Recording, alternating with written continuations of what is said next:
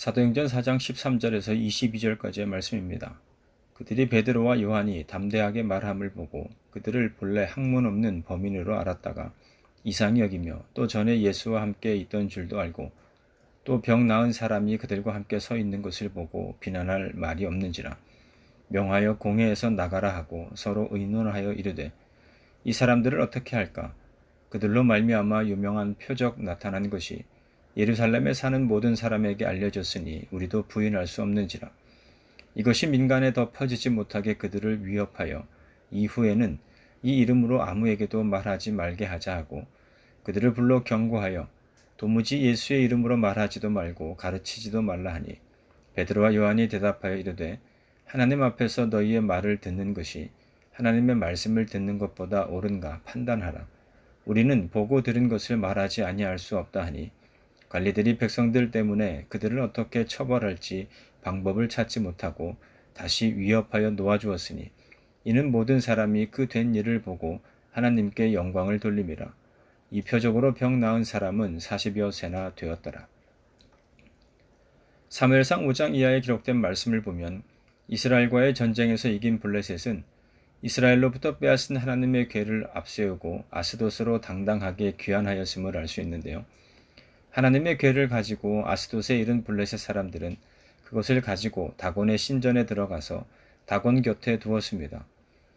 이는 자신들에게 승리를 가져다 준 다곤 신에 대한 감사의 표시임과 동시에 여호와 하나님에 대한 다곤 신의 우월성을 나타내려는 상징적인 행위로 하나님의 궤를 일종의 예물로서 다곤 신에게 바친다는 의미가 담겨져 있었습니다.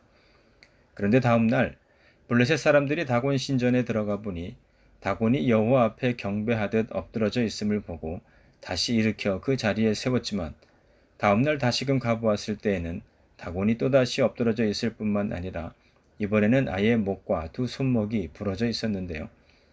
전쟁에서 승리하였을 때 행하는 당시의 관습 가운데 하나가 머리와 손을 전리품으로 취급하는 것이었음을 생각해 보면 목과 두 손목이 부러진 채 엎드러져 있는 다곤 신상의 모습은 분명 다곤이 여호와 앞에 굴복한 것을 연상시키는 모습이었습니다. 머리를 잃은 것은 사고력이 없음을, 손을 잃은 것은 능력이 없음을 상징하는 것으로 여겨졌는데요. 한마디로 다곤은 신으로서 갖추어야 할 능력과 위상이 존재하지 않음을 보여주고 있습니다. 이러한 가운데 하나님께서는 블레셋 사람들을 심판하기 시작하셨고 이에 블레셋 사람들은 하나님의 궤를 이곳 저곳으로 옮겼지만 그때마다 하나님께서는 블레셋 사람들을 치셨고 그로 인해 백성들이 고난을 당하게 되자 결국 블레셋의 지도자들은 하나님의 궤를 원래 있었던 이스라엘 땅으로 돌려보내기로 뜻을 모았고 행동이 옮겼습니다. 그래서 하나님의 궤가 도착하게 된 곳이 벳세메스라는 곳이었는데요. 호기심을 참지 못하고 하나님의 궤를 들여다본 일로 사람들이 죽임을 당한 일이 발생하자 다시금 기럇 여아림에 속한 아비나답의 집으로 옮겨졌는데요. 들어간 날로부터 수십 년간 그곳에 있었음을 성경은 말씀합니다. 그리고 이러한 가운데 다윗이 왕이 되고 하나님의 궤를 자신이 거하고 있는 다윗성으로 옮겨오고자 했지만 한 차례 실패를 경험하게 되면서 그로 인해 낙담한 다윗이 하나님의 궤를 옮겨오는 것이 그의 마음의 부담이 되었음을 알 수 있는데요. 그러나 하나님의 궤를 보관하고 있던 가드 사람 오벳 에돔이 그로 인해 하나님께로부터 복을 받았다는 소식을 접하게 된 다윗은 곧 그곳으로 가서 자신이 그토록 간절히 원하였던 하나님의 궤를 드디어 다윗성으로 옮겨오게 되었는데요. 그때의 모습에 대하여 성경은 다음과 같이 말씀합니다. 사무엘하 6장 16절과 17절 말씀입니다. 여호와의 궤가 다윗성으로 들어올 때 사울의 딸 미갈이 창으로 내다보다가 다윗 왕이 여호와 앞에서 뛰놀며 춤추는 것을 보고 심중에 그를 업신 여기니라. 여호와의 궤를 메고 들어가서 다윗이 그것을 위하여 친 장막 가운데 그 준비한 자리에 그것을 두매 다윗이 번제와 화목제를 여호와 앞에 드리니라. 함께 읽은 말씀을 통해서도 알 수 있듯이 미갈은 이스라엘의 초대 왕이었던 사울 왕의 작은 딸이었습니다. 그런데 하나님의 궤를 맞이하는 미갈과 다윗의 태도가 너무나도 다름을 보게 되는데요. 한 사람은 궁 안에서 창문을 통해 내다보고 있고 다른 한 사람은 하나님의 궤 앞에서 춤추며 그것을 영접하고 있는 모습입니다.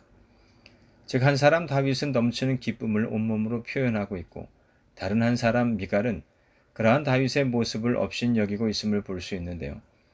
사무엘하 6장 20절 말씀은 미갈이 다윗을 업신여길 수밖에 없었던 이유에 대해서 다음과 같이 말씀합니다.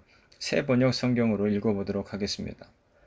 다윗이 자기의 집안 식구들에게 복을 빌어주려고 궁전으로 들어가니 사울의 딸 미갈이 다윗을 맞으러 나와서 이렇게 말하였다. 오늘 이스라엘의 임금님이 건달패들이 맨살을 드러내고 춤을 추듯이 신하들의 아내가 보는 앞에서 몸을 드러내며 춤을 추셨으니 임금님의 채통이 어떻게 되었겠습니까? 20절 말씀을 보면 하나님의 궤가 다윗성으로 들어올 때 다른 사람들은 그 궤를 바라보고 기뻐하며 즐거워하였지만 미갈은 하나님의 궤를 바라본 것이 아니라 오로지 이스라엘의 왕비라는 관점을 통해 이스라엘의 왕으로서의 다윗만을 바라보았음을 알 수 있습니다. 그렇다 보니 미갈은 20절에 기록된 것과 같은 반응을 보일 수밖에 없었던 것인데요. 어떻게 한 나라의 왕이라고 하는 사람이 아랫도리가 벗겨지는 것도 모른 채 백성들에게 추한 모습을 보일 수 있느냐는 것입니다. 이스라엘의 왕으로서의 채통과 위엄을 지켰어야 했다는 논리입니다. 당신처럼 그렇게 행동해서는 백성들로부터 왕의 권위를 인정받을 수 없음을 말하고 있는 것인데요. 물론 이러한 미갈의 모습은 우리가 성경을 읽는 일반적인 관점을 통해 바라본다면 마땅히 미갈이 잘못한 것으로 바라보게 됩니다. 그런데 만일 왕실의 법도와 예절 및 왕이 마땅히 지녀야 할 덕목을 연구하며 가르치는 사람들의 관점에서 바라보았다라고 한다면 과연 그들은 미갈이 잘못한 것이라고 말하게 될까요? 앞서 말씀드렸듯이 미갈은 사울왕의 작은 딸입니다. 태어나면서부터였는지는 모르겠지만 사울이 왕위에 있었던 40년 동안은 왕족으로서의 삶을 살았던 사람이었습니다. 한 나라의 대통령이 되면 대통령으로서 지켜야 할 규례와 예절이 있습니다. 마찬가지로 다윗 시대에도 왕족은 그들 스스로가 지켜야 할 규례와 예절이 있었을 것입니다. 따라서 함께 읽은 20절 말씀에서의 미갈은 바로 왕이 지켜야 할 규례와 예절에 대해서 지적하고 있음을 알 수 있는데요. 일국의 왕비로서 어쩌면 당연한 일을 한 것이라고 생각해 볼 수 있지 않겠습니까? 그렇다면 과연 미갈이 그의 관점으로 바라보았던 하나님의 궤를 맞이하고 있는 다윗의 모습에서 놓쳤던 것은 무엇일까요? 그것은 다윗이 이스라엘의 왕이기 이전에 하나님의 종이라는 사실을 바라보지 못했던 것입니다. 즉 미갈이 말하고 있는 왕의 권위라는 것이 백성들로부터 인정받는 것이 중요한 것이 아니라 하나님께서 인정해 주실 때라야 그 권위가 지속될 수 있는 것임을 미갈은 바라보지 못했던 것이죠. 미갈의 실책은 자신의 남편이자 왕으로서의 다윗의 모습에만 집중하느라 자신들의 나라를, 자신들의 민족을, 그리고 자신들이 밟고 서 있는 그 땅을 그들에게 허락해 주신 하나님 앞에서 자신들이 어떠한 마음의 자세와 태도로 서 있어야 함을 깨닫지 못한 채 다만 사람들의 시선만을 의식하였다는 것입니다. 그러자 이러한 미갈을 향하여 다윗은 다음과 같이 말합니다. 사무엘하 16장 21절 말씀입니다. 새 번역 성경입니다. 다윗이 미갈에게 대답하였다. 그렇소. 내가 주님 앞에서 그렇게 춤을 추었어. 주님께서는 그대의 아버지와 그의 온 집안이 있는데도 그들을 마다하시고 나를 뽑으셔서 주님의 백성 이스라엘을 다스리도록 통치자로 세워주셨소. 그러니 나는 주님을 찬양할 수밖에 없어. 나는 언제나 주님 앞에서 기뻐하며 뛸 것이요. 그런데 이 말씀을 읽는 오늘 우리가 간과하지 말아야 할 것은 말씀 속에 그려진 미갈의 모습은 현재를 살아가는 우리들의 모습 속에서도 자주 발견되는 모습일 수도 있다는 것이죠. 그래서 어떠한 정체성 및 가치관을 따라 살아가고 있는지가 중요합니다. 사람은 누구나 자신이 갖고 있는 세계관 또는 가치관을 따라 생각하며 행동하게 된다는 것인데요. 육신을 따르는 자는 육신의 일을, 영을 따르는 자는 영의 일을 생각할 수밖에 없다는 의미입니다. 하나님께서 이스라엘 백성을 향하여 계속해서 말씀하셨던 것도 이와 다르지 않습니다. 하나님께 택함받은 백성으로서의 삶을 깨닫고 그에 걸맞는 삶을 살아가는 것이 옳다는 것이죠. 다른 어떤 세상의 기준을 따라서가 아닌 하나님의 말씀이 기준이 된 삶을 살아가는 것이 하나님의 백성된 이들이 마땅히 지녀야 할 세계관이며 또한 가치관이 되어야 한다는 의미입니다. 이것을 한마디로 믿음이라고 말할 수 있는데요. 오늘 우리가 함께 읽은 사도행전의 말씀은 성령을 받기 전 이들이 가졌던 믿음을 따라서가 아닌 성령 세례를 받은 후 성령 충만한 제자들이 과연 어떠한 믿음과 함께 살아가고 있는지를 보여주고 있습니다. 13절과 14절 말씀을 다시 한번 읽어보도록 하겠습니다. 그들이 베드로와 요한이 담대하게 말함을 보고 그들을 본래 학문 없는 범인으로 알았다가 이상히 여기며 또 전에 예수와 함께 있던 줄도 알고 또 병 나은 사람이 그들과 함께 서 있는 것을 보고 비난할 말이 없는지라. 전날 예수 안에 죽은 자의 부활이 있다며 백성을 가르치고 전한다는 이유로 베드로와 요한을 옥에 가둔 당시 종교 지도자들은 베드로와 요한이 그저 갈릴리 촌구석에서 와서 소동을 일으키는 사람들인 줄 알았습니다. 그런데 그들을 신문하는 과정에서 그들이 구약에 기록된 하나님의 말씀을 정확하게 알고 있으며 그러한 하나님의 말씀으로 예수 그리스도를 담대하게 전함을 보고 이상히 여기기 시작했습니다. 여기서 이상히 여겼다는 것은 기이한 일을 보고 경외하다 또는 두려움을 갖다라는 의미인데요. 단순히 옥에 가두어두고 적당한 말로써 겁박하면 모든 문제가 해결될 것으로 생각하였는데 오히려 사도들이 전하는 이야기를 듣고 나니 비난할 말이 없었던 것입니다. 사도들이 증거하는 말에 대하여 반박할 만한 아무런 수단을 찾지 못하였다는 의미인데요. 무엇보다도 나면서부터 안진뱅이였던 자가 사도들이 말한 것들에 대한 산 증거로서 그들의 목전에 당당히 서 있었기 때문이었습니다. 자, 그런데 여기서 우리가 주목해서 보아야 할 것은 베드로와 요한이 잡혀가 신문을 당하고 있는 그 자리에 병 나은 사람이 함께 있었다는 사실입니다. 앞선 말씀을 통해 살펴보았던 것처럼 평생 성전 앞 미문에서 구걸하던 사람이 어느 날 사도들을 통해 예수 그리스도를 만났습니다. 그저 하루하루의 삶을 살아가기 위해 사람들이 적선해주는 동전 한 입만을 바라보며 살아가고 있던 가운데 생각지도 못한 치유를 경험하게 되었던 것인데요. 기록된 말씀에서와 같이 나음을 받은 이 사람은 너무나 큰 기쁨을 주체할 수 없어서 일어나 걷기도 하며 뛰기도 하면서 하나님을 찬양했습니다. 그런데 하나님을 찬양하는 소리가 얼마나 컸던지 기도하기 위해 성전에 모여 있던 수많은 사람들이 그로 인해 베드로와 요한에게 모여들게 되었던 것입니다. 그러자 베드로와 요한은 이 모든 것이 복음을 전할 수 있도록 하나님께서 베풀어 주신 자리임을 깨닫고 그 모여든 사람들에게 일어난 일에 대하여 설명하면서 복음을 전하고 있었는데 당시 종교 지도자들이 와서는 베드로와 요한을 잡아가 버렸던 것입니다. 앞서 말씀드린 것처럼 예수 안에 죽은 자의 부활이 있다고 가르쳤기 때문이었습니다. 병 나은 사람의 기적이 바로 그 부활하신 예수 안에서 나타난 것이라고 전하였기 때문이었는데요. 그런데 이때 병 나은 사람은 함께 잡혀가지 않았습니다. 자, 이러한 상황에서 만일 여러분들이 그 병 나은 사람이라고 한다면 여러분들께서는 어떻게 하시겠습니까? 사도들이 자신의 눈앞에서 그 전하는 말로 인하여 당시 이스라엘 사회에서 최고의 권력을 가진 자들에게 잡혀갔다라고 한다면 더군다나 자신이 직접적으로 연관된 일로 인해 잡혀갔다라고 한다면 과연 어떻게 행하는 것이 맞는 것일까요? 잡혀간 두 사도들을 증언해 주거나 변론해 주어야 할 의무도 없는 상황에서 구걸하며 먹고 살아야 했던 안진뱅이가 아닌 이제 두 발로 걸을 수 있는 새로운 인생이 시작되었으니 이제부터는 자기 살 길을 찾아가는 것이 나름 이성적이며 지혜롭기도 하고 합리적인 선택처럼 보이는 것이 당연한 것 아니겠습니까? 그런데 함께 읽은 말씀을 보면 어떠한가요? 14절 말씀은 그 병 나은 사람이 당시 종교 지도자들로부터 신문을 받고 있는 두 사도들과 함께 서 있음을 말씀하고 있습니다. 예전에 예수님께서 잡혀가시던 날 밤 각자의 살 길을 찾아 그 자리로부터 도망하였던 제자들처럼 외면하고 도망하였던 것이 아니라 예수 그리스도의 부활을 증언하는 사도들 바로 옆에서 이 병 나은 사람 역시 예수 그리스도의 증인이 되어 함께 있었음을 성경은 주목하고 있는 것입니다. 상황이 이러하다 보니 당시 종교 지도자들은 사도들을 비난할 말이 없음을 깨닫고는 이러한 소문이 더 이상 사람들에게 퍼지지 못하게 앞으로는 이 이름으로 아무에게도 말하지 말라고 그들에게 엄중히 경고할 것을 서로가 의논한 뒤에 베드로와 요한을 불러서 18절에서와 같이 예수의 이름으로 말하지도 말고 가르치지도 말 것을 말했습니다. 그러자 베드로와 요한이 대답하였는데요. 19절과 20절 말씀을 다시 한번 읽어보도록 하겠습니다.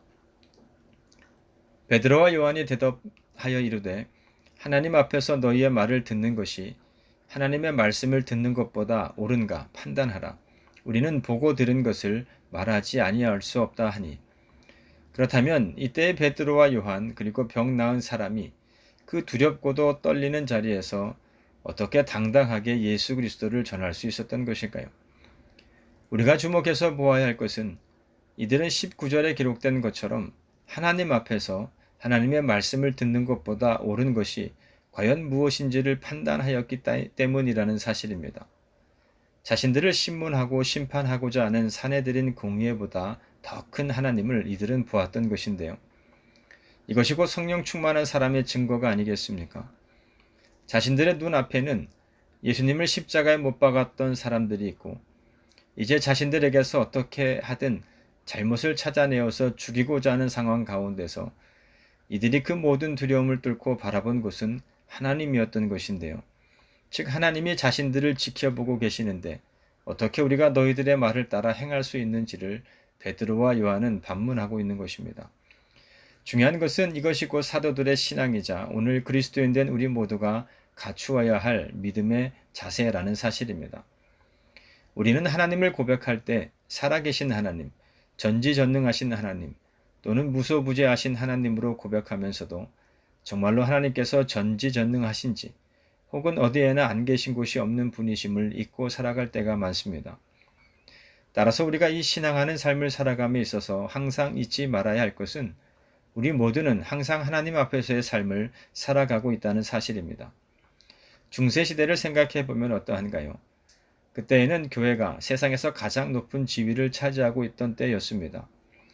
심지어 왕의 자리에 오르기 위해서는 교황에게 안수를 받아야만 정식 왕으로 인정받을 수 있을 정도였습니다. 우리가 오늘 유럽에 속한 여러 나라들을 통해 보게 되는 것처럼 당시에는 화려하고 아름다운 교회가 이것저것에 많이 세워졌습니다. 성직자들은 백성들에게 최고의 존경을 받았지만 우리가 잘 알고 있는 것처럼 중세 사회는 종교개혁이 일어날 만큼 타락의 극치를 달리고 있었는데요. 여러 가지 원인과 그 이유를 생각해 볼 수 있겠지만 그 가운데서도 신앙생활을 해나가는 사람들이 즉 일반 백성들이나 종교 지도자들이 하나님께서 자신들 한 사람 한 사람을 지켜보고 계신다는 것을 의식하지 못한 채 살았기 때문임을 생각해 보게 됩니다. 그렇다면 우리가 하나님 앞에 선다는 것은 과연 무엇을 의미하는 것일까요? 다시 말해서 하나님께서 우리를 항상 지켜보고 계신다는 사실을 늘 깨닫고 살아간다는 것이 우리를 어떠한 삶을 살아가도록 만드느냐는 질문인데요.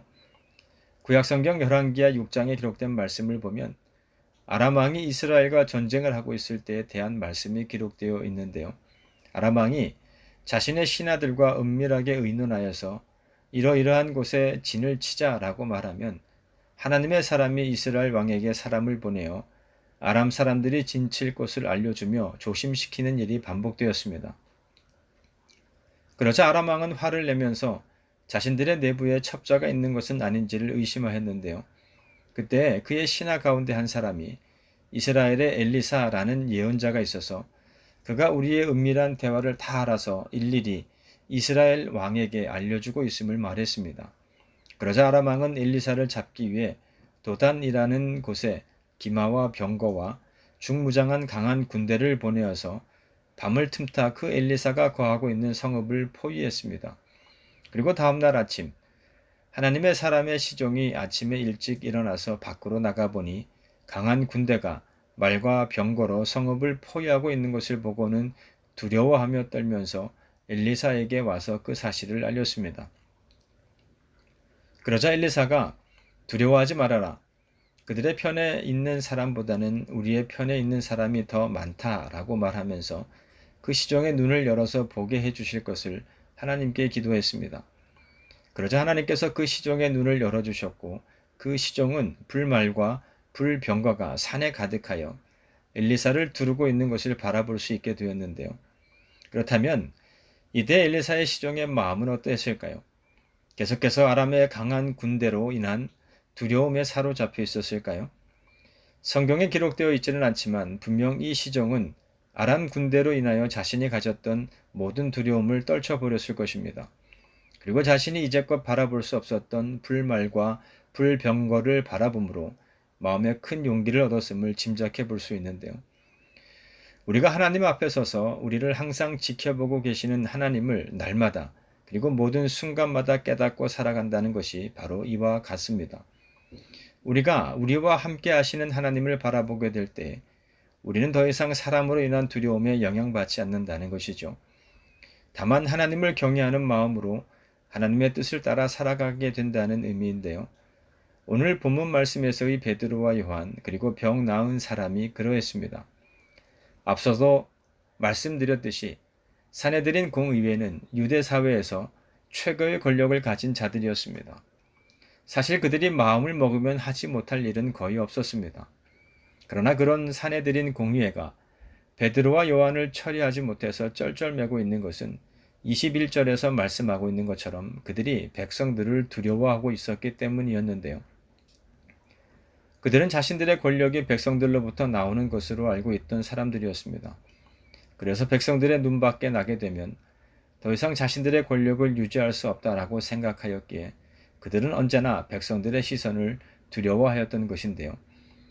반면 베드로와 요한이 그 무서운 사내들인 공의회가 위협하고 있음에도 불구하고 그들의 말에 굴복하지 않았던 것은 바로 자신들이 하나님 앞에 서 있음을 깨달았기 때문이었던 것입니다. 인간적인 마음으로야 베드로와 요한이라고 해서 사내들인 공의의 사람들이 왜 두렵지 않았겠습니까? 그러나 성령 충만함으로 사내들인 공의보다 더 크신 하나님의 권능을 바라보게 되었을 때 이들은 그 하나님께 순종하여서 그분의 뜻하심을 따라 행하는 것이 마땅함을 깨닫게 되었던 것입니다. 그래서 다음과 같이 말하게 된 것입니다. 20절 말씀을 다시 한번 읽어보도록 하겠습니다. 우리는 보고 들은 것을 말하지 아니할 수 없다 하니. 사실 그리스도인이란 그리스도에 미친 사람들이라는 뜻으로 십자가라는 형틀에 의해 사형당한 예수님을 따르는 자들을 비하하며 조롱하기 위해 등장한 표현이었습니다. 하지만 중요한 것은 이들은 그리스도를 닮아가기를 원했던 사람들이었습니다.